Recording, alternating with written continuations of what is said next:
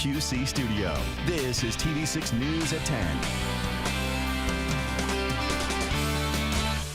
Now on your news at 10, more people are getting their first dose of the COVID vaccine as President Joe Biden's deadline for large companies quickly approaches. Plus, hundreds of Quad City students take on cleaning Davenport neighborhoods to help unite our community. There's just not a lot of large trees out there. And a Christmas tree shortage. We visit a local Christmas tree farm to see what we can do to still have that holiday staple in our homes.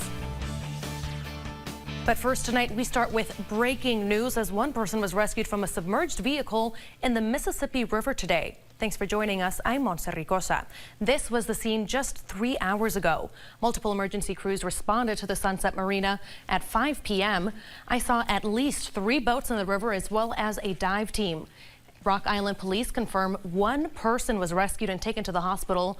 They also said there may be a possible victim that was still in the vehicle. We are working to find out what led to this incident and the condition of the victims. We will update you both on air and online as soon as we learn more.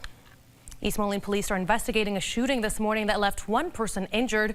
Officers responded to the 200 block of North 20th Street for a person with multiple gunshot wounds. That victim was taken to the hospital and is expected to be okay. According to police, officials say 43-year-old Stacy Johnson was arrested for aggravated battery with a firearm. She's being held at the Rock Island County Jail, and a first appearance is scheduled for tomorrow. Anyone with information is asked to contact the East Moline Police Investigations Division. Moline police say a woman was killed in a hit-and-run crash just before 7 last night. Officials say a 43-year-old woman was walking east on 38th Avenue, crossing the intersection of 60th Street, when she was hit by a dark-colored Ford passenger car traveling northbound. The press release notes the suspect left the scene after hitting the woman going north on 60th Street. The woman was taken to a local hospital, later pronounced dead from her injuries. The Rock Island County coroner says they are still aggressively investigating and working to find her next of kin. An autopsy is scheduled for tomorrow. If you have any information, contact the Moline's Traffic Investigations Unit or Crime Stoppers. 2 people have died and 2 are injured after an accident in Warren County last night. Police say it happened on Illinois Route 135 just before 9 p.m. One vehicle was traveling south when it crossed the center line and hit another vehicle. The driver of the first car, 34-year-old Hannah Porter, died from her injuries. That vehicle was hit, had 3 people in it. 78-year-old passenger Roland Nelson died from his injuries. Police say this is still an active investigation. Daylight saving time ended today, which means while it's technically 10:45, it feels like 11:45. At least, though, this gives us an extra hour of sunshine in the morning. While it's something we've all dealt with for years, some say it's quite a pain to have to keep changing back and forth. I just wish they would leave it alone and it would be the same all the time. But I guess it will be nice to get an extra hour of sleep. Chief Meteorologist Eric Maitland joins us tonight. And Eric, I think I'm on his side. While it was nice getting that extra hour, having the sunset so early is really a bummer. Yeah, you know, daylight saving time, as you said, it's over. So we're in standard time again, and we'll do a little bit of a, for sake of comparison, look at how things went. Now, yesterday we had sunset at 5:51 in the evening, and that at least gave us some daylight till, 6 o'clock.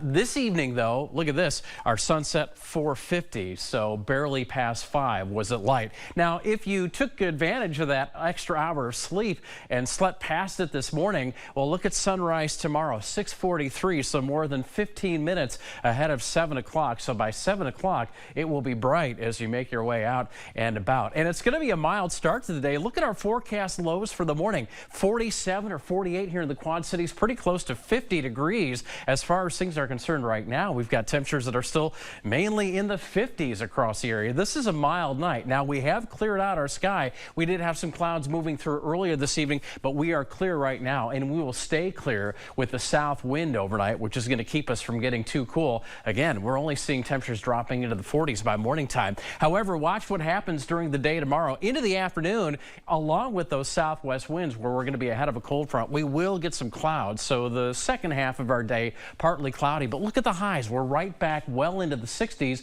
for another day. So Monday stays mild. It's Tuesday that we might start seeing a little bit of change, more clouds clouds, a chance of rain, and cooler temperatures. But tonight, look at that. We're only down to 47. We'll add 20 degrees to that tomorrow with a high of 67 in the Quad Cities. How soon is too soon to go Christmas tree shopping? Local Christmas tree farms are saying you might want to get on it earlier than you think. Record heat and drought in the Pacific Northwest combined with supply chain issues means that holiday staple might be a little harder to find this year. TV6's Colin Shope explains why you should reschedule your tree trip this year. This year, you may need to make some compromises when it comes to your Christmas tree. There's just not a lot of large trees out there. So if you like to have that huge Clark Griswold 10 to 12 foot tree, it may not be available. For that reason, some families might try an artificial tree this year. If you do, Terrell says to make sure you ask questions before you buy. How do you put it together? A lot of times you see it all set up in this store, looks easy enough, and then you open the box when you get home, and it starts to look like an IKEA piece of furniture. But if your family still wants to find that perfect live tree, farms are always an option for your search.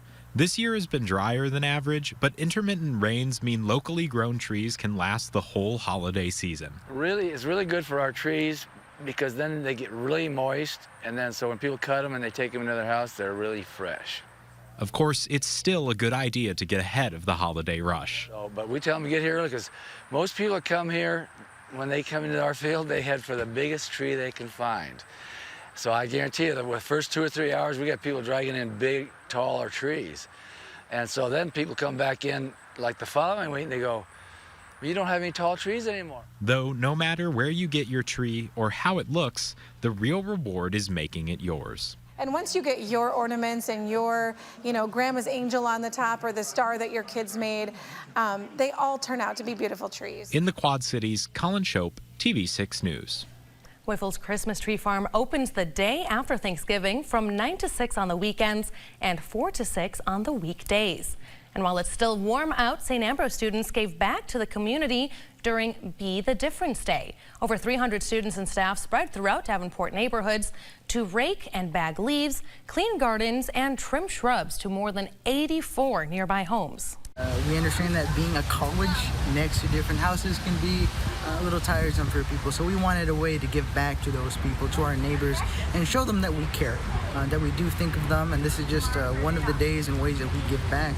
This is the 14th year St. Ambrose University has hosted this event to help meet and unite the community. A federal appeals court has temporarily blocked the Biden administration's vaccine rules for employers with 100 or more employees. In a brief order, the Fifth Court of Appeals in New Orleans ruled there are constitutional issues with a vaccine mandate. The ruling by the 3-judge panel did not indicate, however, whether it would have a nationwide impact or only apply to the states under its jurisdiction. 27 states have sued the Biden administration over its vaccine mandate. That includes the state of Iowa. However, a pharmacist in Jones County says he's still seeing more people get their first dose. We have something scheduled where we're going to go on site to a company where they are, and we know we're going to see a lot of first shots because of their mandate coming into force. They've been working with their employees, kind of set their strategy for how they're going to implement that mandate. Lawyers for the Biden administration have until 5 p.m. tomorrow to respond to the court's stay of the vaccine mandate. If you still need to get your vaccine, there will be a free Por Mi Familia vaccine clinic, or For My Family, next Sunday. It's hosted by Forward Latino and LULAC, the League of United Latin American Citizens. It'll be from 1 to 4 at the Davenport LULAC Center, found at 4224 Riker Hill Road. IDs aren't required, and the Pfizer vaccine will be available for free to those 12 and older. Translators will also be on site.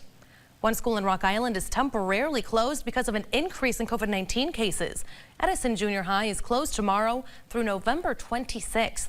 The district says a growing number of staff and students are quarantined from school due to potential exposure. For now, students will have remote learning and will report back to school on Monday, November 29th. Many children across the U.S. have already began receiving their COVID vaccines. It is the first full weekend since children ages 5 to 11 have been given the green light to get the Pfizer COVID-19 vaccine under emergency use authorization, paving the way for some 28 million children to become inoculated against the virus. Experts say the vaccine is over 90% effective at preventing symptomatic infection in children. The doses for this age group are being given at 10 micrograms, which is a third of the dose size given to people 12 and older. It is still a 2-dose shot given 3 weeks apart. Kids from 5 to 11 can now get their vaccines at several locations in the QCA. Trinity Muscatine Clinic is offering Pfizer vaccines by appointment on Wednesdays and Fridays. Genesis Health also has vaccines available. Appointments can be scheduled online, and the next clinic will be held this Thursday. Bureau Valley Health Department is hosting a walk-in kids COVID-19 clinic this Wednesday. Kids getting the vaccine will need a second dose, which will be scheduled during the clinic. The Rock Island County Health Department is hosting their vaccine clinic tomorrow and Saturday, November 20th. Appointments for the Saturday clinic will be posted on the Health Department's Facebook page. A parent or guardian will need to be present with each kid at all of these clinics.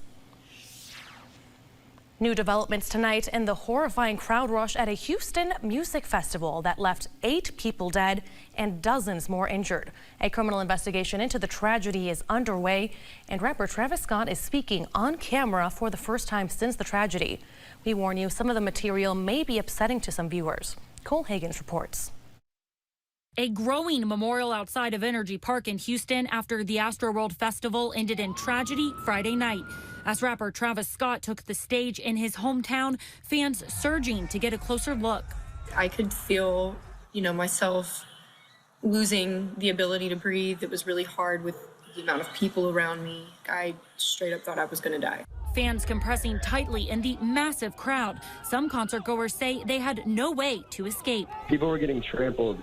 It was a death trap, basically. Some attendees criticizing organizers for continuing the show, even as unresponsive people were being carried away, and as some fans tried to alert staff to what was happening. That's okay with me real quick. Take me, let's do it.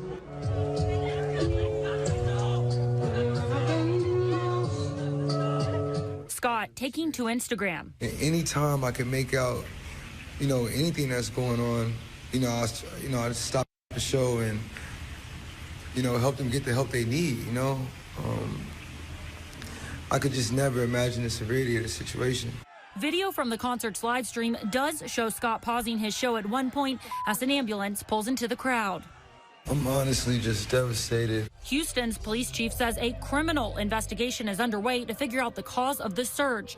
This after police say one security officer was pricked by someone at the show and revived with Narcan. I'm Cole Higgins reporting. Travis Scott says he and other Astroworld officials are working to identify the families of victims so that he can, quote, help assist them through this tough time. Rapper Roddy Ricch, another Astroworld performer, announced today that he will donate his share of concert proceeds to the victims' families. Next at 10, honoring our veterans, one woman's donation possibly helping save a Vietnam veteran's life. Yeah, look at these high temperatures today. It should be in the mid-50s. Heck, we got into the upper 60s, even 70 in Muscatine. Another warmer than average day tomorrow, but we will be tracking a cool change. Your 7-day forecast coming up.